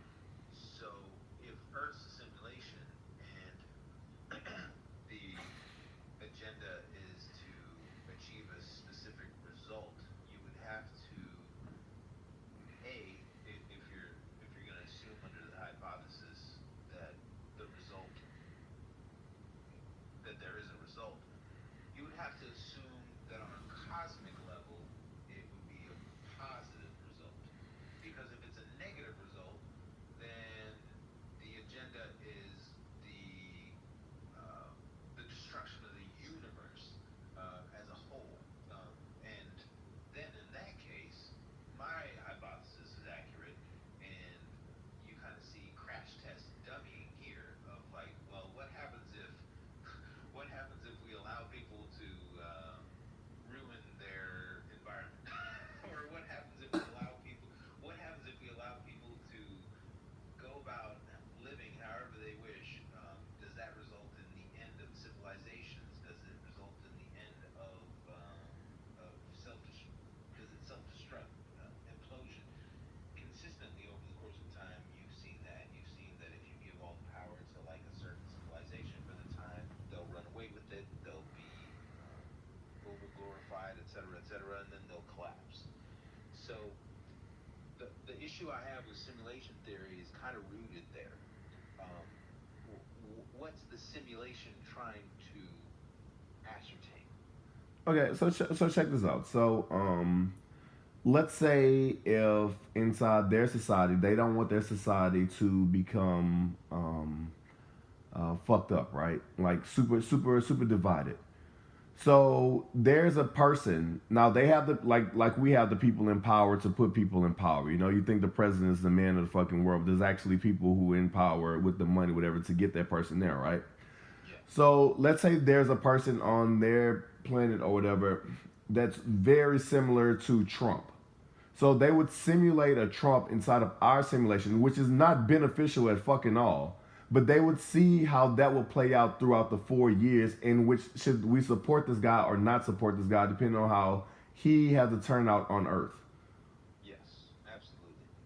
So it's not always have to be like super positive. Sometimes you could put something negative in to see if it's all like if it's really that bad to where it's not even worth putting into power. I don't know if I you feel. follow me on that. Yeah, no, I feel you, and I follow you on that 100%. Um, here's the interesting part. Um, that doesn't, in my opinion, that doesn't need to be simulated because, Bro, you can never imagine that Trumpsters would exist like 10 years ago. Like, really, you didn't see that. You didn't see I that knew build the up. people existed, but I didn't know the extremity of it. All right, let's go. Let's go back to where was Trump 10 years ago? We don't need to go too in depth on Oh, that. it's a little bullshit ass TV show. He was a reality TV star, right? You didn't think then that a reality TV star, you noticed the influence that they were gathering, and the fact that we were shifting basically to where they were like the new celebrities, right? Right. And then when you saw Arnold Schwarzenegger become the governor of California, you didn't think that was a little weird? No. Like Arnold Schwarzenegger, the fucking guy who was the Terminator 10 years ago, is running a state all of a sudden in the government. He's not even, he hardly speaks good English. Right. He got voted in because he was a big name. As soon as I saw that, and as soon as I saw people like Kanye getting power, I'm like, okay, celebrities are like the new politicians, and that's just the wave that we're in. And reality TV, reality stars, or even Hollywood, it's kind of always been like that. I mean, Ronald Reagan was an actor. You could, like, if you had an established platform before, you could kind of get into another established platform a lot easier. Shit, rappers do it. After you're a rapper, you fucking have your own little radio show or a podcast now, and it's easier because you already have an established fan base. So that's like kind of what politicians thrive on. Now the unpredictability was that there were so many fucking weirdos. See that's why I'm at. Him becoming president, cool. You know what I'm saying? Because like the thing was, I believe like Arnold Schwarzenegger was like a test run. Yeah, Like exactly. we seen him become the president of California, and I'm not from California, so I can't speak as a one of the citizens on how bad, Yeah. how divided it was. But I don't think it was really super bad, you know. No, but that's because everybody liked Arnold Schwarzenegger. Yeah, I get that. But at one point, like one point, one person pointed out about Trump. They was like, oh, all these rappers, they were like, for real, like in the 80s or 90s, they was like, man, I got that money like Trump, you know. But until we found out who he was, that's when we turned. It wasn't when we knew the facade of Trump. It's when we seen the intelligence of Trump. That's fair. That's fair. uh, And the bit that like I don't know if you I mean you probably do understand whatever like that, but it was a huge divide within the United States once he became president. but that divide was already there. It was there, but it wasn't on stage. It, and that's what brought it out. Yeah, it And enabled that's not a them. but that's not a bad thing. That's me. That's me talking to my wife and trying to confront things before they blow up. If Trump wasn't president, and we didn't have the last 4 years of his presidency, do we ever see like the end result? In my opinion, was the whole Capitol thing that went down with all those whack jobs there, and like Right. they're running into the place, setting on fire, killing people, and shit like that. If we never never see that. We're walking by those people on a daily basis. We don't even know. Like, Right. we don't know what they're capable of, essentially. Like, psychologically, we don't know how fucked up they are. And so we don't address the issue and we keep brushing it under the rug. Unfortunately, in this country, we got a lot of issues that we've been brushing under the rug for a long period of time. But I'm all for, like, confronting them, bro. Like, I'm all for seeing them front and center. Because if the end goal is a future and a present, more importantly, that is, like, removed from all that sort of behavior, you have to address it. Like, and in order to address it, people, you and I can talk about it. We can discuss it from a scientific perspective. We can philosophize it. We can break it down like that. But in order for it to sink into other people, they have to see it. Right. And honestly, in order for us to philosophize about it or to break it down, it has to exist. Yes. Without it, we'll never have this conversation. Oh, absolutely. But we know that, based on all our conversations of recent memory, that we don't need a Trump because we had Mussolini. We Right. had Hitler. We've seen fervent cultish worship of somebody. Like, Trump is a poor man's version of Right. Mussolini. Trump is a poor man's version of a Genghis Khan, a poor man's version of all these dictators and these people that actually, like, did change the world. Right. He's the 2 + 2 = 167 in multiplicity. Exactly. And we know that. So what that should tell you is that we're on the tail end of all this negative influence because we're seeing the absolute lowest, dumbest version of Michael Keaton when it comes to that end of the spectrum. Right. Of the, like, dominant power. That's just where we're at right now, bro. In the history of time, is that we've seen that end of the spectrum, and the other end of the spectrum remains to be discovered. Right.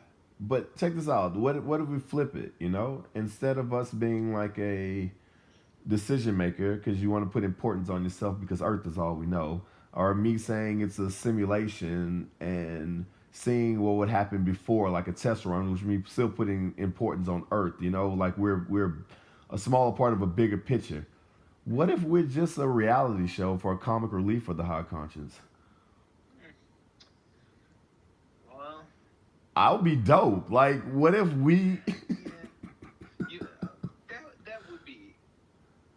You know what's funny? I would tune into that. I don't even watch TV. I would tune into that every day if they had a lesser version of Earth and be like, what the fuck are these people are idiots.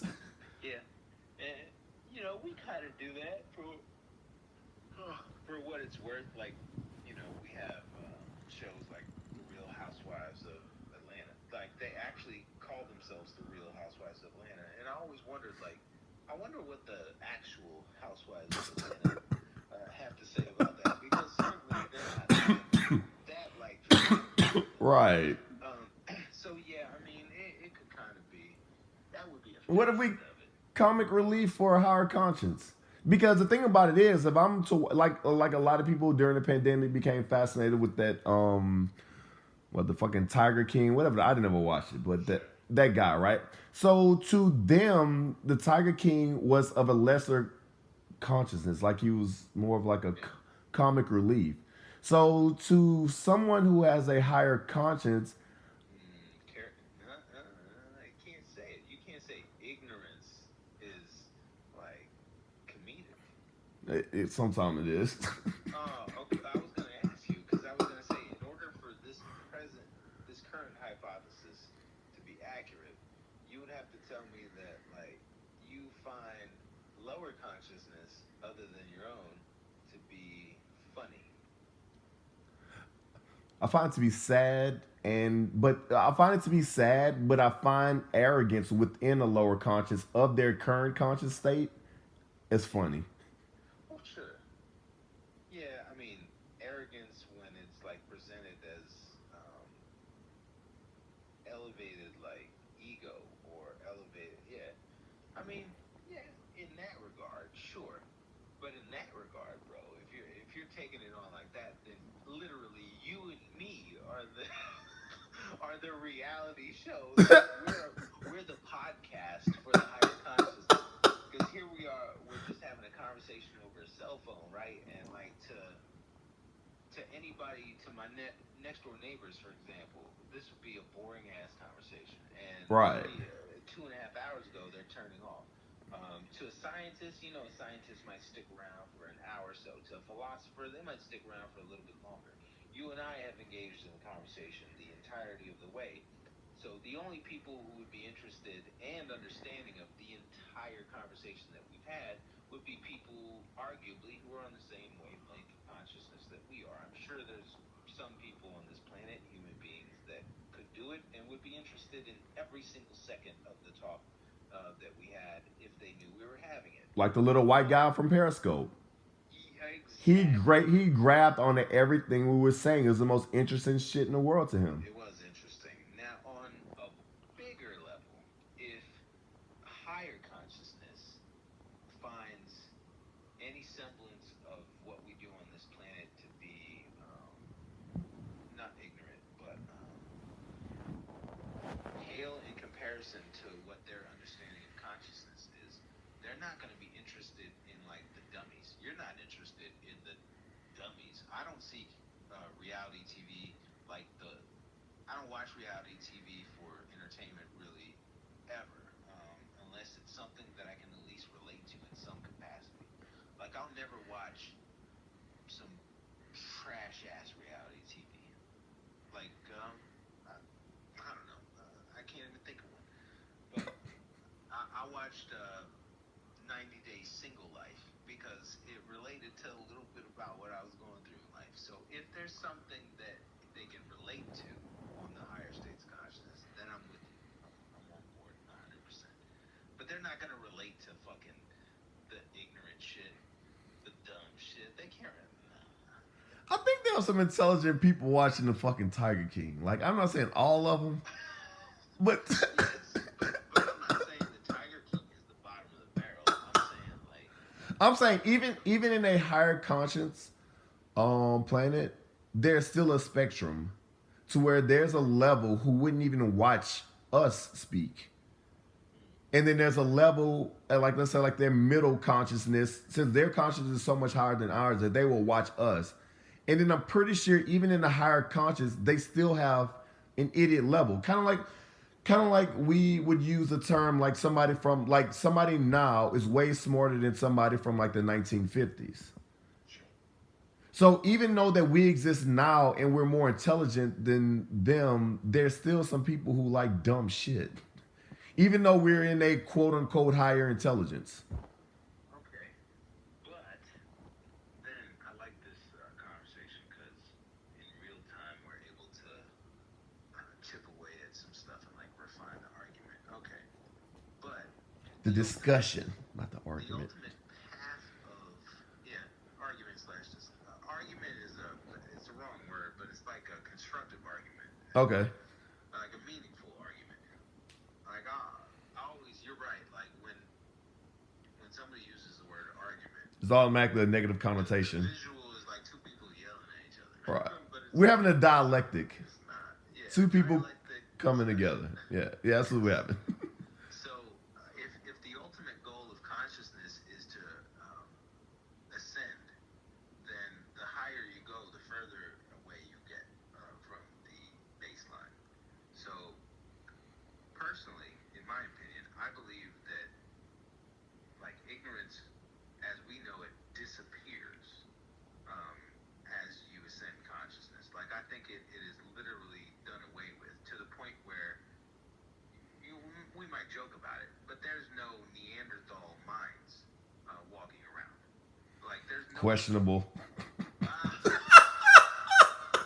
See, we joke about it. Questionable.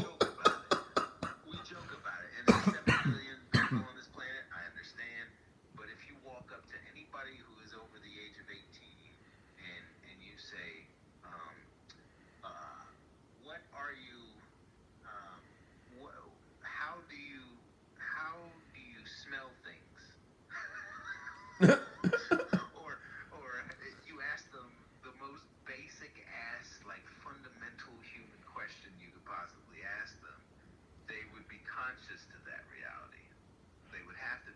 otherwise they would cease to operate.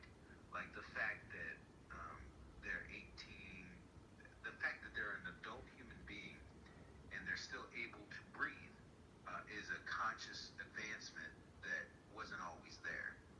Because if you look at the fetal development of the embryo and the way that a baby, while in the woman's stomach and attached to development of the fetus, the way that they learn to breathe like is not a given. Like a lot of the fetuses can actually, like, that's where you have miscarriages or you have situations where the baby is if the baby does not actually adapt to the environment.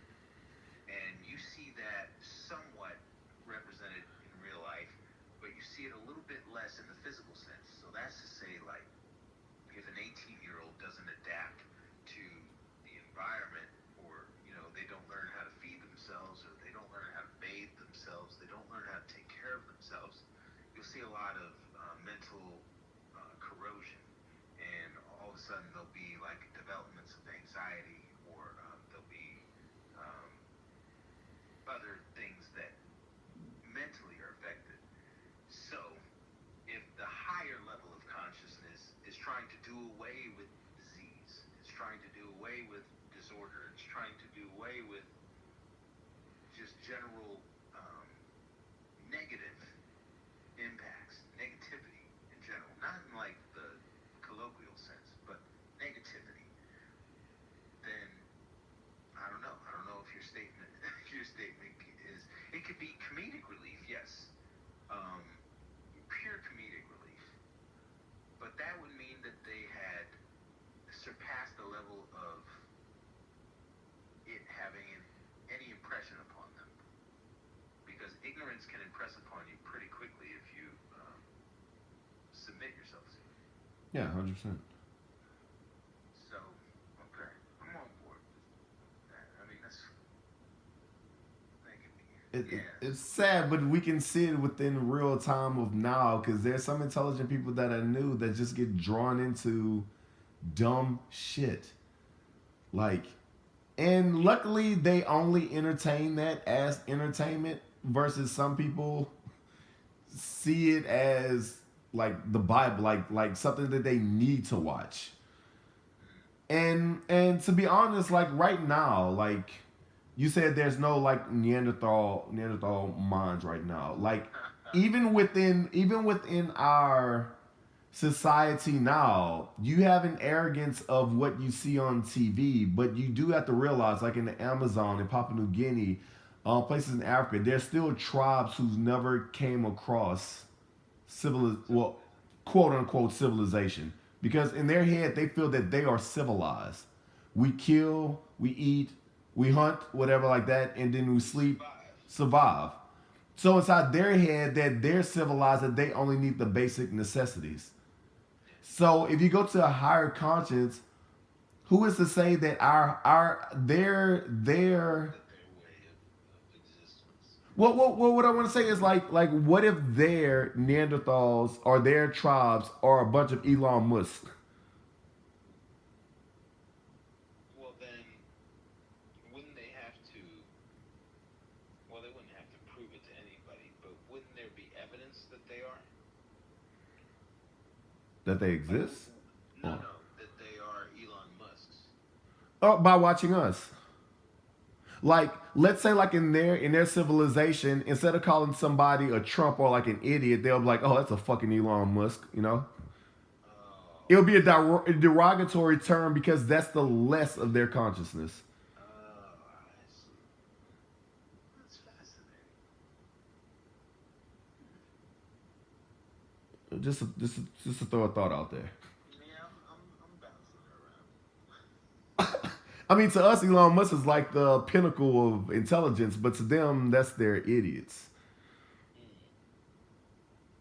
Well, I mean, Because you always know, no matter what you have, there is a spectrum. Because we talked about polarity, right? yes, but Elon Musk, if he's he's on one end of our spectrum here on this planet. And again, I think we've said this before. Like, I don't think Earth is